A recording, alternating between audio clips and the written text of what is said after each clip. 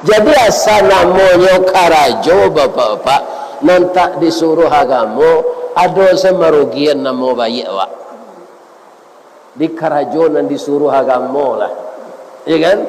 Supaya nama bayi awak ndak rusak. Lain terang dapat dengan cik tu. Lain itunya, ya kan? Jadi jangan dikorbankan waktu ibadat untuk karajo nang kurang berguna. Sarajin tu orang berburu lai habiskan dia. Tidak pak, tambah gane no.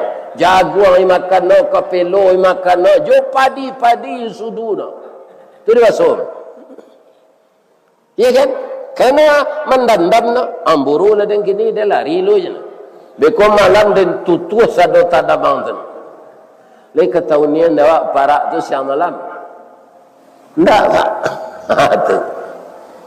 Nak putul-putul ni orang berburu tiap hari kek lupa. Nang kandik ke tambah banyak.